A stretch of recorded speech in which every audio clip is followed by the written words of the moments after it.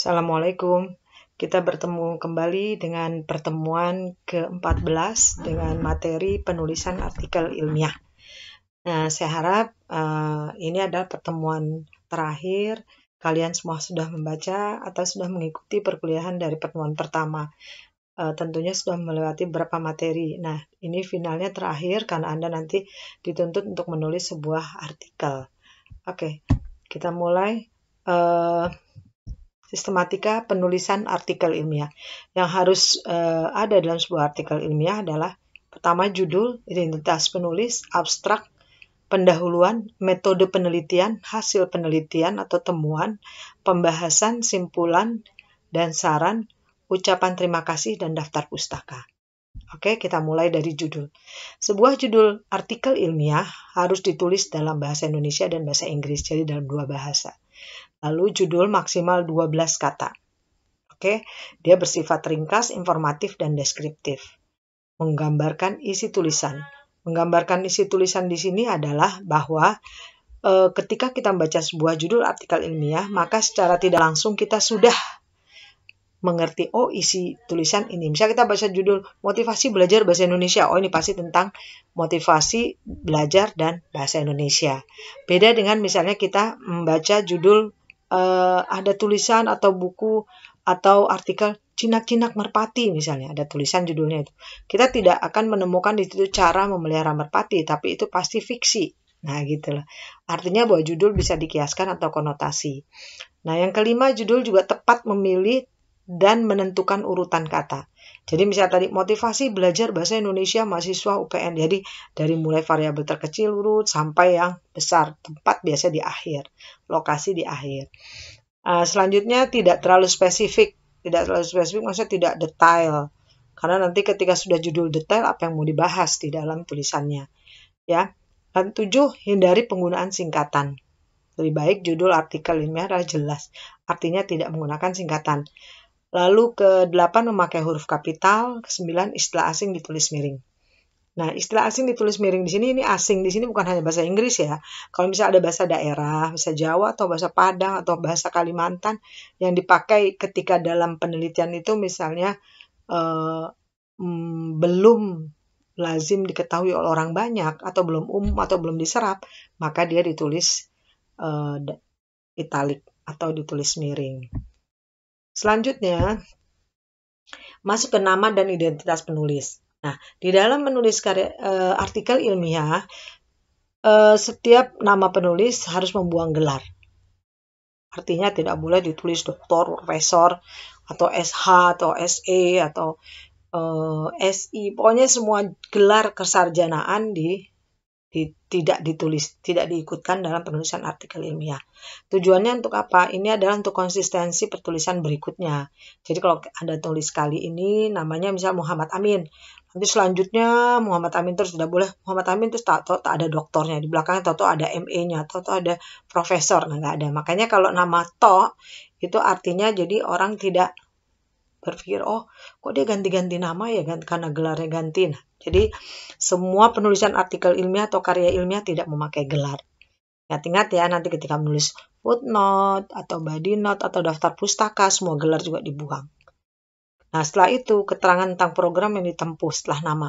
Artinya di bawahnya misalnya program di sini program S1 misalnya ilmu kesehatan, program S1 ekonomi syariah, atau program 1 FISIP. Artinya apa? Ilmu politik. Si penulis itu memperkenalkan keilmuannya, ya. Lalu setelah itu juga menulis email, alamat penulis, email jelas, lalu letakkan pada catatan kaki di halaman judul. Jadi dengan besar huruf yang lebih kecil dari teks. Contohnya begini nih. Ada judulnya misalnya contoh penulis nama identitas, lalu di sini ditulis ini contohnya. Judul pakai bahasa Indonesia, pakai bahasa Inggris, lalu nama penulis, kampusnya di mana, lalu program tadi ya, ini emailnya. Oke, jadi dia lebih kecil hurufnya. Setelah itu lanjut ke abstrak dan kata kunci. Abstrak, setiap artikel ilmiah maka dia selalu ada ciri khasnya, ada abstrak. Abstrak adalah menulis sesuatu yang kecil dari sesuatu yang besar. Artinya ketika artikel Anda misal paling banyak 25 halaman, lalu Anda peras menjadi 150 kata. Jadi abstrak ditulis dalam dua bahasa Indonesia dan bahasa Inggris, satu spasi. Jadi tidak boleh 1,5 atau dua spasi, tidak boleh satu spasi rapat. Nah, berisi tujuan, teori, metode, hasil temuan, simpulan. Jadi abstrak ini ditulis setelah tulisan kita selesai. Sudah ada tujuannya, teori, metode, hasil temuan semua sudah selesai, baru Anda tulis abstrak. Abstrak ditulis 150 kata. Ingat, 150 kata, tidak banyak-banyak ya. Lalu ada kata kunci di akhir abstrak, yaitu sekitar 3-5 kata. Apa sih kata kunci? Kata kunci adalah berisi istilah-istilah mewakili konsep-konsep dasar yang dibahas di dalam artikel Anda. Kalau tadi misalnya motivasi belajar bahasa Indonesia mahasiswa UPN misalnya. Motivasi 1. Belajar 1, bahasa Indonesia 1, 3 misalnya. Oh mau 4, boleh UPN, mahasiswa UPN misalnya. Jadi 4, boleh ya. Jadi 3 sampai 5. Oke, lanjutnya adalah pendahuluan. Pendahuluan berisi permasalahan penelitian pastinya ya. Lalu berisi konsep-konsep, atau lalu berisi hasil penelitian sebelumnya sebagai dasar dilakukannya penelitian yang akan ditulis oleh Anda.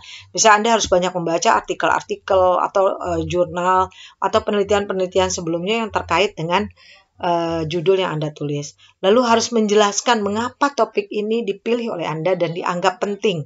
Jadi Anda menulis sesuatu yang Anda tertarik dengan hal yang mau ditulis. Jangan menulis sesuatu yang Anda tidak suka. Nanti nggak akan bagus tulisannya. Oke. Lalu yang terakhir diakhiri dengan menyatakan tujuan penelitian. Biasakan terakhir tujuan penelitian. Jadi Anda menulis ini untuk apa sih tujuannya? Oke, lalu metode penelitian. Nah, pertemuan sebelumnya Anda sudah belajar tentang metode penelitian. Ternyata dalam penulisan skripsi, misalnya ada metodologi penelitian. Sama, jadi alurnya ini Anda mengikuti alur itu. Misalnya ada waktu, tempat, objek, subjek penelitian. Lalu di sini Anda tinggal menulis alurnya. Sesingkat mungkin, karena ini bukan tulisan panjang ya. Kalau skripsi mungkin 60 halaman. Kalau artikel itu kan kisarannya sekitar 15 sampai 25 halaman. Jadi lebih kecil lagi. Maksudnya tahap-tahapannya tidak sedetail ketika Anda menulis skripsi. Kalau artikel lebih disingkat, tapi alurnya tetap mengikuti.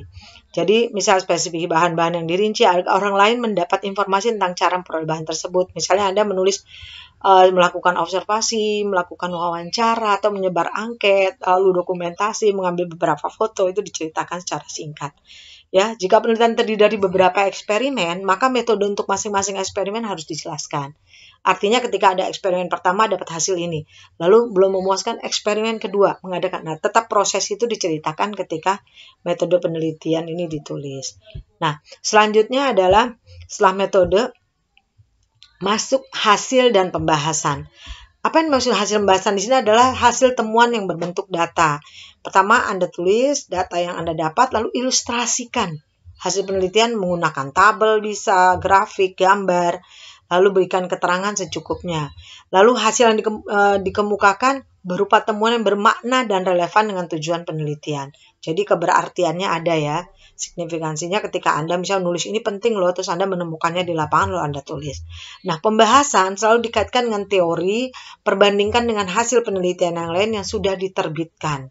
Jadi Anda harus membaca gitu ya, penelitian yang sebelumnya yang terkait dengan yang Anda teliti. Lalu jelaskan juga implikasi temuan bagi ilmu pengetahuan dan pemanfaatannya. Jadi Anda menemukan apa nih? Lalu implikasinya terhadap pengetahuan yang sedang Anda geluti itu ada manfaatnya dan ada implikasinya. Setelah itu dilanjutkan dengan simpulan dan saran. Simpulan merupakan penegasan penulis mengenai hasil penelitian dan pembahasan. Artinya bahwa apa? Anda harus menegaskan kembali di simpulan bahwa temuan Anda tuh apa, hasil penelitiannya tuh apa, pembahasan lalu Anda tegaskan dengan bahasa Anda sendiri, bukan meringkas dari pembahasan. Oke, saran hendaknya didasari oleh hasil temuan penelitian yang memiliki implikasi praktis. Jadi saran itu langsung to the point. Misalnya kalau tadi motivasi belajar bahasa Indonesia, langsung aja kepada mahasiswa UPN bisa harusnya lebih giat lagi membaca atau lebih mempraktikkan bahasa-bahasa Indonesia di kampus misalnya. Jadi langsung kalau kita meneliti A, ya sarannya untuk A, jangan meneliti A tuh sarannya untuk Z atau untuk M. Jadi langsung kepada sasarannya. Bagian ini ada ucapan terima kasih. Ucapan terima kasih sebenarnya banyak juga sebagian penulis tidak menuliskan ucapan terima kasih. Seharusnya bagian ini cukup penting ya, karena di mana kita melakukan sebuah penelitian ke lapangan atau ke satu lembaga, pasti ada orang lain yang terlibat atau yang membantu kita di dalam penelitian tersebut.